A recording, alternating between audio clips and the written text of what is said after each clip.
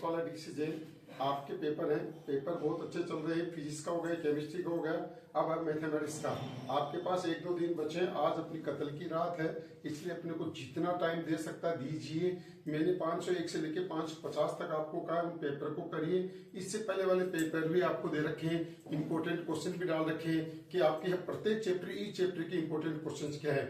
ये पहले वाले वीडियो देखेंगे तो आप उसमें सारे 1 से लेके 100 तक क्वेश्चन आपको मिलेंगे। अगर उन क्वेश्चंस को आप करते हैं 100% आप वर्ल्ड के अंदर नंबर 1 पर होंगे। आप करिए तो नंबर आज का मॉक टेस्ट पेपर नंबर 547 बताया बच्चों ने 12th बोर्ड के साथ 2025 जी मेंस एनडीए सभी के लिए है। तो क्वेश्चन नंबर पहला आप अपनी कॉपी में नोट करिए। द वैल्यू ऑफ -3 से 3 x cos x plus sin x plus 1 into dx। बताइए इसका इंटीग्रेशन क्या होगा। नेक्स्ट क्वेश्चन है, क्वेश्चन नंबर 2 है a vector is equal to i minus J plus 7 K, सबके ऊपर के पेन के ऊपर, b वेक्टर बराबर 5i minus J plus lambda के, देन फाइंड लेमडा। बताओ इस लेमडा की वैल्यू क्या होगी जबकि a प्लस बी और a माइनस बी परपेंडिकुलर हैं। परपेंडिकुलर हैं, लंबवत हैं, तो परपेंडिकुलर है, लंबवत है एक दूसरे के ऊपर, ये परपेंडिकुलर हो गया। तो बताइए लेमडा की वैल्यू क्या होगी। नेक्स्ट क्वेश्चन नंबर 3 है, एक a बराबर 1 2 3, b बराबर 4 5 6 7 एंड f बराबर 1 4 2 5 3 6 है। तो बताइए कि is a function from a to b, a से b में फंक्शन है या नहीं है तो बताओ 1 1 है या नहीं है। दो चीज पूछी गई है, क्या ये फलन है कि और साथ के साथ एक ही फलन है, तो आप इसका जवाब देंगे। क्वेश्चन नंबर 4 है, इफ a बराबर 2 3 5 minus 2 such that a inverse बराबर लेमडा a, तो बताइए लेमडा की वैल्यू क्या होगी। क्वेश्चन नंबर 5 है, इफ इक्वेशन, यदि समीकरण x बराबर y बराबर z है तो इस लाइन के पैरेलल लाइन का, इस रेखा के समांतर रेखा का समीकरण ज्ञात करो जो इस पॉइंट से पास थ्री होती है। इस बिंदु 2 -3 -4 से गुजरती है, उस रेखा का समीकरण अर्थात उस लाइन का इक्वेशन अपने को फाइंड आउट करना है। क्लियर? तो देखो कैसे करेंगे आप, सभी ने नोट करिए, 5 क्वेश्चंस नोट करिए।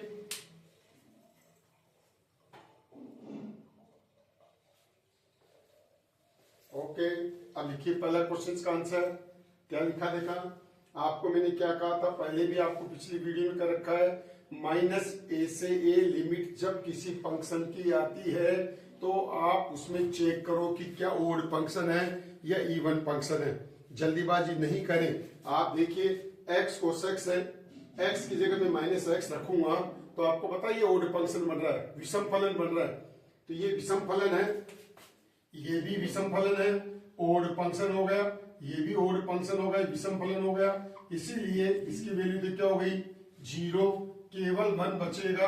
तो आपके पास क्या हो गया -3 से 3 1 dx, 1 का इंटीग्रेशन x हो गया, -3 से 3 आपकी लिमिट हो गई 3x, 3x की जगह 3 रखा, 3 और 3 6, ये 6 आंसर आपके पास आ गया। क्या आंसर आ गया 6 से, तो आपके पास इसका आंसर आ गया 6 से। क्लियर? नेक्स्ट क्वेश्चन नंबर 2 था, a वेक्टर और b वेक्टर है, दोनों का पहले सम करें। a plus B, A vector plus B vector क्या आएगा, दोनों को ऐड करने पर 5 और 1 6 आई, और माइनस का 2j, माइनस का 2j, और क्या नाम है के 7 प्लस लेमडा इंटू के, ये बात आपके पास आ गई ना, इसको इस पे ऐड किया।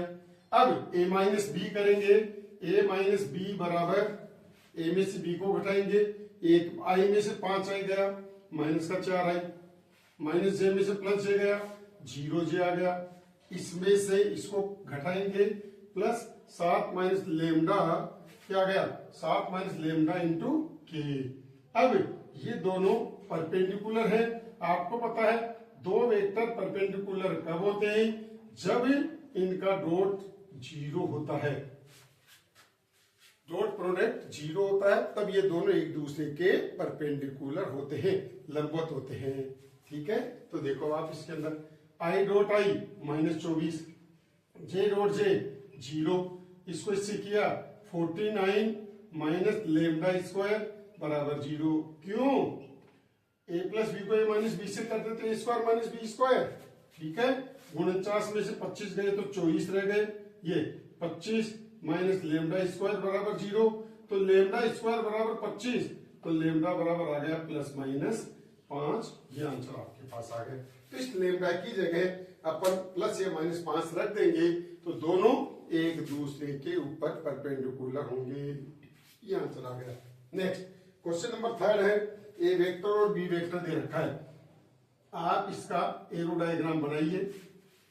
1 2 3 1 2 3 और 4 5 6 और 7 है। फंक्शन क्या दे रखा है? 1 का 4 से रिलेशन है, 1 का 4 से हुआ, 2 का 5 से हुआ, 3 का 6 से हुआ। 1 का 4 से, 2 का 5 से और 3 का 6 से हुआ। ये अपने को दे रखा है। तो क्या ये फंक्शन है, फलन है? यस। कैसे? इसका ईच एलिमेंट डिफरेंट एलिमेंट से रिलेशन है। सो इस function each element is related set B के ईच एलिमेंट से रिलेटेड है। सो एफ इज फंक्शन, इसीलिए एफ एक फंक्शन है, फलन है। एफ एक फंक्शन है।